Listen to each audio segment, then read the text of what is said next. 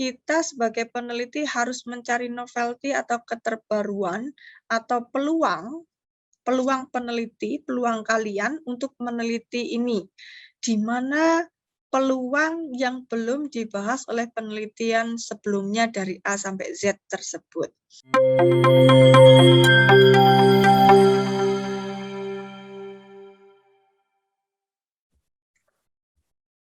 Assalamualaikum warahmatullahi wabarakatuh. Jumpa dengan channel YouTube Yanat Daifah yang akan membahas tips, trik, atau tutorial akademik bagaimana menulis skripsi, artikel ilmiah, penelitian, dan sharing pengalaman beasiswa.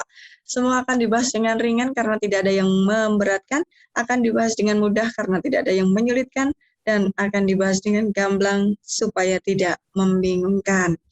Oke teman-teman semuanya, kemarin kita sudah membahas unboxing skripsi part 1 terkait latar belakang yang berhubungan dengan library research. Kali ini kita akan melanjutkan unboxing skripsi part 2 latar belakang yang berhubungan dengan penelitian kualitatif. Langsung saja pada data berikut, jika teman-teman semuanya tertarik dengan penelitian yang berkaitan kemampuan membaca Al-Quran di sebuah perguruan tinggi yang berhubungan dengan program PTQ, maka cara menarasikannya adalah seperti ini.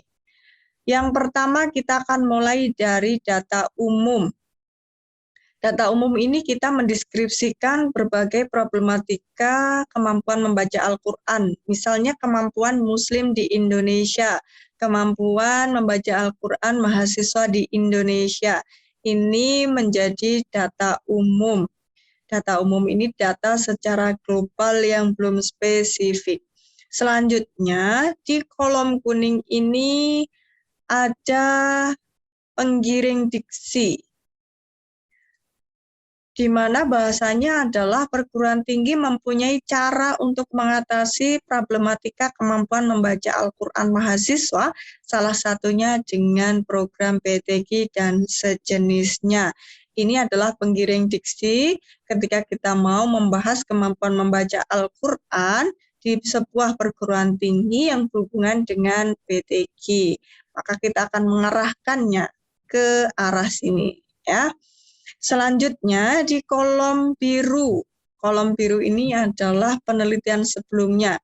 Jadi ketika teman-teman sudah mendeskripsikan penelitian atau data umum, kemudian menggiring diksi pada tujuan di mana teman-teman akan meneliti variabel tertentu seperti perguruan tinggi, mahasiswa, program PTQ, kemampuan membaca Al-Quran. Selanjutnya di sini ada penelitian sebelumnya. Penelitian sebelumnya di sini membahas penelitian A, B, sampai Z, menyatakan bahwa program PTQ dan sejenisnya dinyatakan secara umum efektif. Karena di sini penelitian sebelumnya kita telah melihat adanya efektivitas PTQ, kemudian pengaruh PTQ terhadap hasil belajar, kemudian hubungan PTQ dengan kemampuan membaca Al-Quran. Nah, ini semuanya nilainya positif. Makanya di sini secara umum dinyatakan bahwa program PTQ ini efektif dalam meningkatkan kemampuan membaca Al-Quran. Selanjutnya di kolom ungu ini adalah hasil observasi teman-teman semuanya.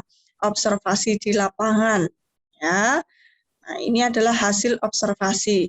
Hasil observasi yang kalian lakukan misal menunjukkan bahwa mahasiswa PAI mempunyai kemampuan membaca Al-Quran 100%.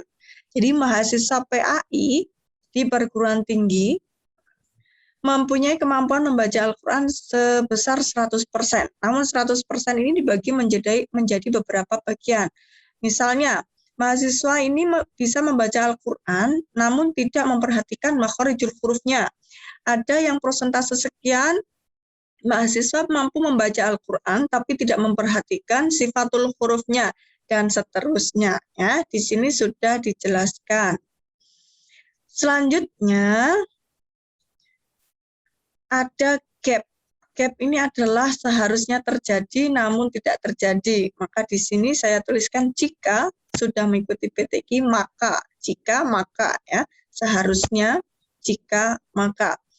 Gap ini seharusnya terjadi namun tidak terjadi. Jika sudah mengikuti PTQ maka bacaan Al-Qur'annya akan fasih. Namun di lapangan berdasarkan data yang teman-teman dapatkan, hasil uji komprehensif atau kelulusan mahasiswa, terdapat mahasiswa yang masih dikeluhkan bacaan Al-Qur'annya belum fasih. Padahal harusnya ketika data awal mahasiswa ini 100% dengan ketersebaran atau persentase yang beraneka ragam ya, sangat variatif, dan sudah mengikuti program PTQ ini, seharusnya di sini tidak ditemukan mahasiswa dengan bacaan yang kurang fasih. Namun kenyataannya masih ditemukan mahasiswa meskipun sudah mengikuti program PTQ yang dinyatakan efektif tadi, masih ditemukan mahasiswa belum fasih membaca Al-Quran. Inilah yang dinamakan dengan gap. Apa yang seharusnya terjadi, namun tidak terjadi. Makanya di sini jika sudah mengikuti maka, gitu ya. Selanjutnya, novelty. Nah, berdasarkan latar belakang yang sudah kita susun dari sistematika yang ada, kita sebagai peneliti harus mencari novelty atau keterbaruan atau peluang peneliti, peluang kalian untuk meneliti ini.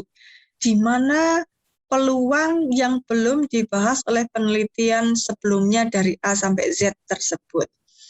Nah, di sini ditemukanlah oleh peneliti bahwa belum ada yang mengklasifikasikan standar efektif program PTQ. Kalau tadi sudah dinyatakan efektif, ada pengaruhnya, adanya hubungan, gitu ya.